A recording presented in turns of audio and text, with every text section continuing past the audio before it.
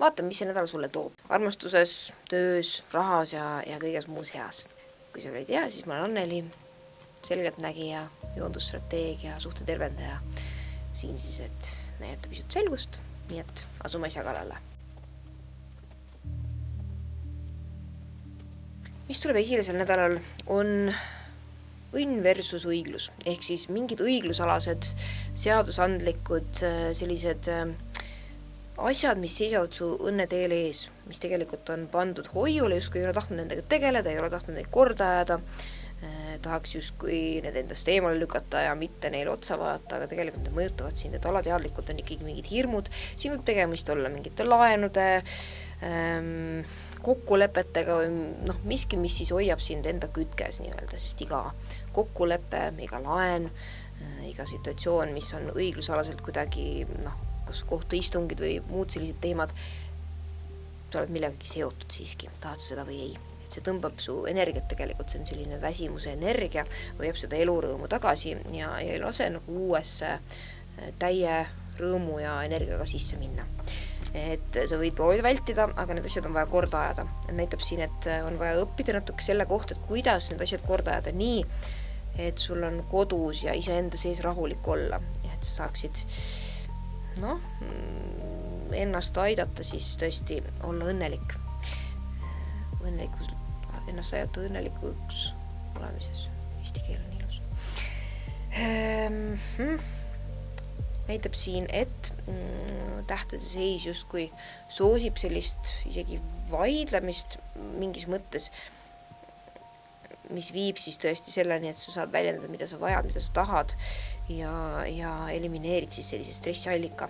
Et võib minna vaidlusteks, võitlusteks, mingisugusteks sellisteks isegi kohtuistungiteks sel nädalal, aga usalda seda, et see on vajalik, et asjad lõpuks laheneksid ja su usuks omaneks, et see sisemine rõõm saaks lõpuks voolama, sest tõesti, kui see hoiab meid tagasi, siis see hoiab tagasi ka armastuse voolavust ja kõike seda. Vaatame, mismoodi neid asju siis peaks lahendama.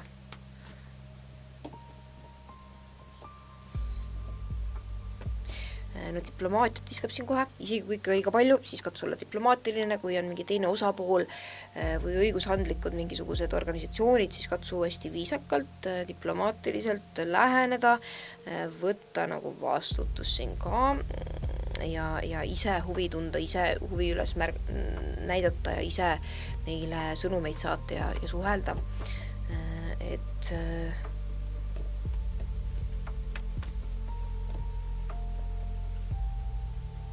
siin näitab, et see on seotud pigem siis sinuga ja siin on mingisugune õigusandus või kohtumõistmine siis just millega osas, mis sina oled teinud, et siinkohal tasub võtta vastutus ja julgeda olla tugev, julgeda midagi öelda, et mitte lasta ärevusel ennast minema jooksma panna, et elu tervem on praegu kuidagi proovida need asjad korda ajada lihtsalt. Näitab siin rahalised teemad ka, läheme siis edasi. Rahalistes teemades ka tuleb ette mingisuguseid vaidlusi tõenäoliselt. Keegi on vihane, ma näen, et siin tekitab südamevalu justkui, aga tasub proovida siis ikkagi ühenduda läbi selle vaidluse elemendi vaadata ja viitab siin sellele ka, et igasugused sõltuvuslikud mustrid, siin võib olla ka see, et keegi on võtnud laenu, sellepärast, et lihtsalt ei ole oma eluga hakkama saanud, võib-olla või mingid keerukused olnud, et siis sellised mustrid tuleb ära lõpetada. Laenude võtmine, kogu aeg raha küsimine ei ole väga hea energia praegu, et keskendud sellele, mida sa tahad ja et sa võtaksid vastutuse selle eest. Ja teistele ka laenu andmise koha peal samamoodi, et kui see tekitab liigsest stressi ja sellist kinni jäämist, et siis ei ole ka õige asi. See ei aita tegelikult kedagi, et kõik on siis kinni. Laen on natuke kinni jäänud energia. Kuigi seda on vaja, eks ju, ei ole nii lihtne maja kohe välja osta ja nii edasi, aga et seda siis teha kuidagi plaaniliselt nii, et see tagasi maksmine hakkab koheselt toimima või mingi edasi liikumine, et see hoiab energia voolavuses. Näitab siin mingit sellist tunnet, et justkui nuga selga löömine energeetiliselt miski tõukab sind siis kuidagi maha, et midagi, mis sa oled teinud, et see siis ei mõju hästi, et nüüd on aeg tugev olla ja siis sellele otsa vaadata tõesti, et ära luba sellele ennast rusuda, vaid tõesti siis mingi tagasimakseplaan või mingisugune lahendus peab olema. Et siis see küllus saab voolata. Jällegi näitab mingeid reegleid, maailma selliseid, siin viitab organisatsioonidele see maailm sageli, aga sellele, et jälle see vaidlused mingites õigusalastes ja rahalistes küsimustes. Et katsu mitte vihaseks saada, vaid ole julge ja väljenda ennast konkreetselt. Ühesõnaga, tuleb luua mingi plaan.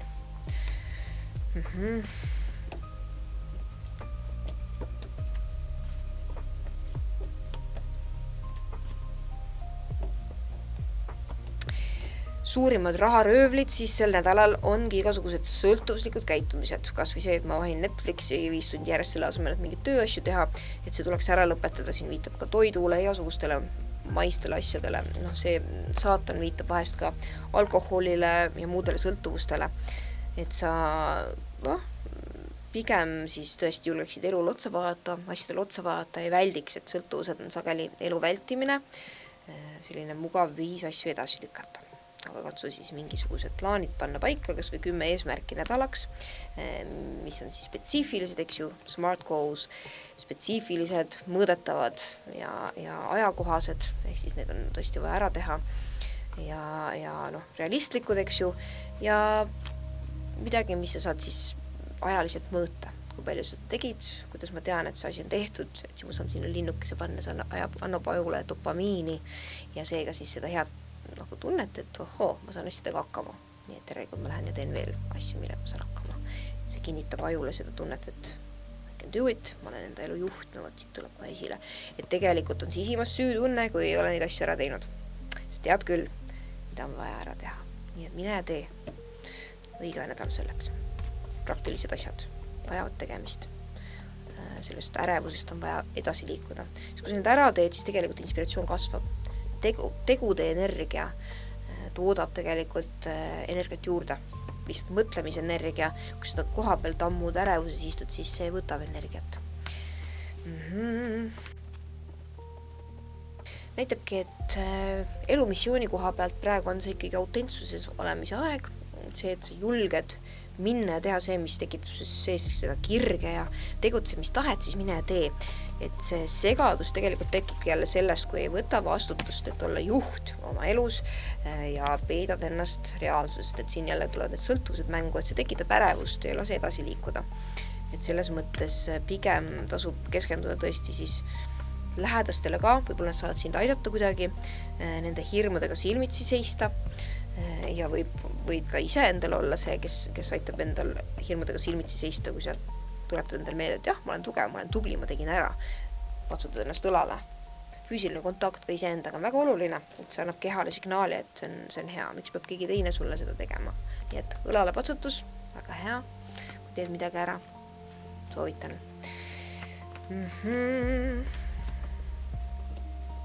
Suhetes siis, et oleks harmooniat, vaatame kohe, millele peaks keskenduma.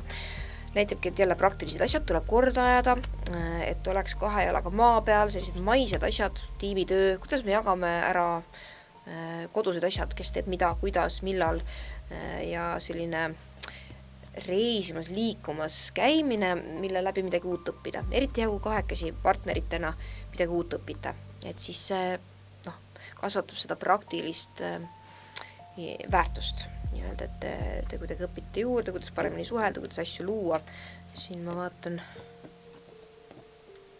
paljudel siin tuleb siiski esile ka see, et suhted, mis tekitavad kurbust, kuna nüüd on see aeg enda väkka astuda, olla enda elu juht, et siis tuleb minema kõndida asjadest, kus tegelikult see partner on see, kellel on sõltuvused ja kes on võtnud sinult võlga või raha või liiga palju ressurssi. Et siin need õigusalased küsimused, millest ma alguses rääkisin, kui on niipidi, see on üldine lugemine, et siin on üldiselt enamusel käib nende kohta, et neil on vaja õigusalased küsimused paika panna, aga siin suhetes ka on partnerite vahel mingisugused teemad, et kui sa tunned, et partner võtab, aga oma eluga kuidagi ei võta vastutust, ei võta ennast kokku, siis see asi tuleb ära lõpetada. Näitab siin narr, eks ju, kelle kohta see käib. Kas ma pean selle välja ütlema? Et me kõik teeme asju armastusest, eks ju, see ei ole narrus, kui me oma lähedast aitame, aga kui me aitame, aga inimene ei võta ennast kokku, siis see ei ole tallaabi, see õpetab temas laiskust, odevust ja mitte vastutuse võtmist ja sinult lihtsalt võtab ka elujõudu ära, et siis tasub midagi muuta siin koha peal. Et see on armastavam, kui sa vahest annad inimestele võimaluse ja põhjuse ise siis tõesti tuast tõusta. Näitab siin koduseid asju, tuuakse väga-väga palju esile, et koduste asjadega tegelemise aeg ja ära valeta endale, et kodus on balanss ja rahu ja küllus, kui seda ei ole.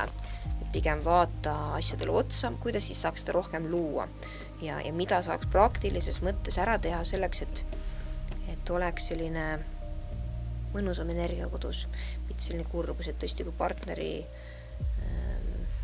poolt ei tule sellist abi, toetust, võrdsust, siis see vajab adresseerimist.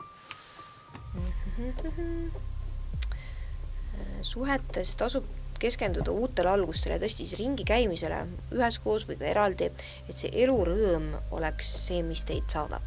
Nii individuaalsel tasandil kui ka koos.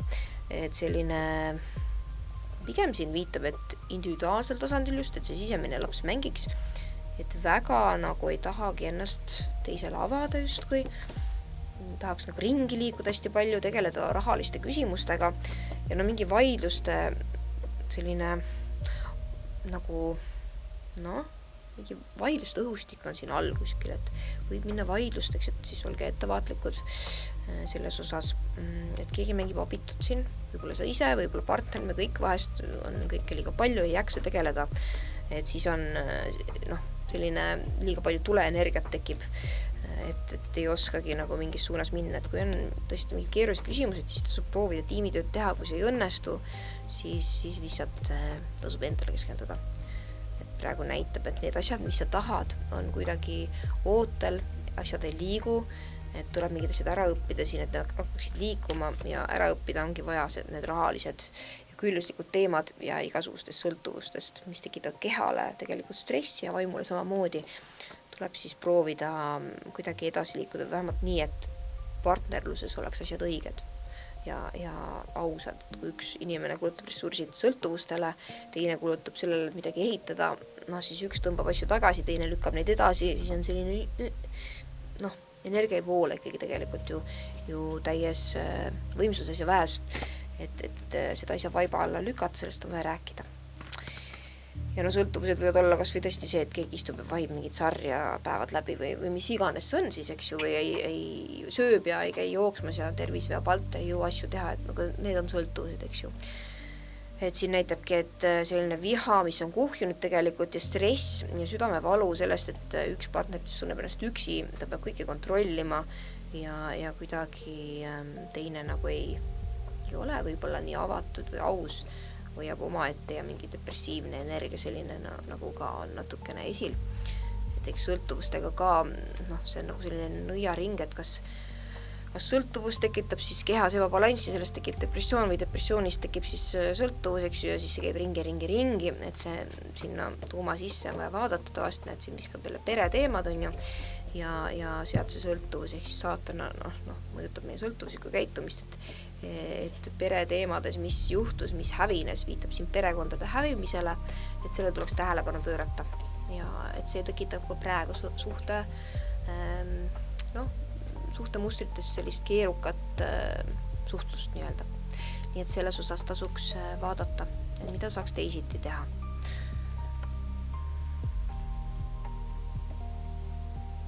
Näitab, et mõlemad partnerid siin enamussuhetes vähemasti on motiveeritud, et õppida, kuidas olla tiim, kuidas väljendada enda vajadusi ja seda, kui ei tunne ennast piisavalt tugevana, piisavalt targana, piisavalt suutelisena, et seda on ka vaja välja öelda, et mitte vaiba alla jälle peita kuskile, et jällegi kogu aeg ikkagi sõltuvuslikud mustrid, vaadake need üle, isegi kui need on mingid väiksed asjad, mis teid tagasi hoiavad, et siiski see vajab nägemist.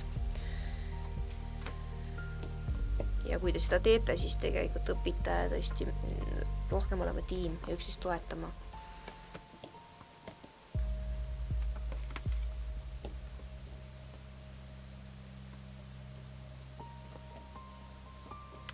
näitab jällegi, et kui on selline suhe, kus üks osapool tahab tegeleda nende sõltuvuste asjadega, neile otsa vaadata, teine ei taha, et siis tegelikult on rahalises mõttes just see miski, mis hoiab tagasi, et võib viia vaidlusteni jälle, et siis lihtsalt keskenduda sellele, mida sina tahad.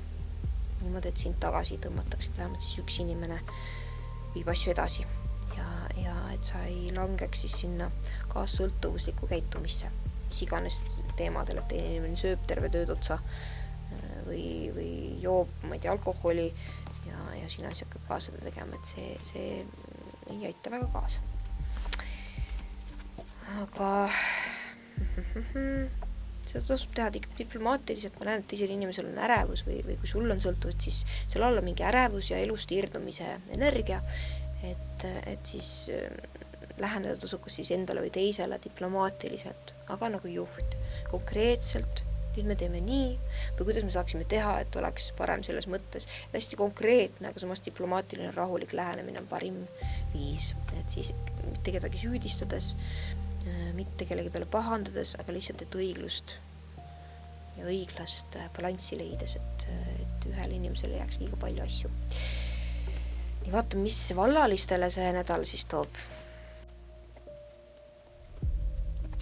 Tundub, et vallalised tõmbavad sel nädalal ligi selliseid inimesi, kes ei taha vastutust võtta või võib-olla oled sa ise see, kes ei taha praegu vastutust võtta selle eest, et seda suhtlust nagu kuidagi tagant lükata ja üldsegi siin võib vaidlusteks tõesti minna mingitel teemadel, hirmud, ebapiisavused, et kuidagi selline natuke tuline energia, et keegi ütleb mingi kommentaari, mis võib-olla ei olegi mõeldud kuidagi halvustavalt, aga sellest läheme põlema ja pauh.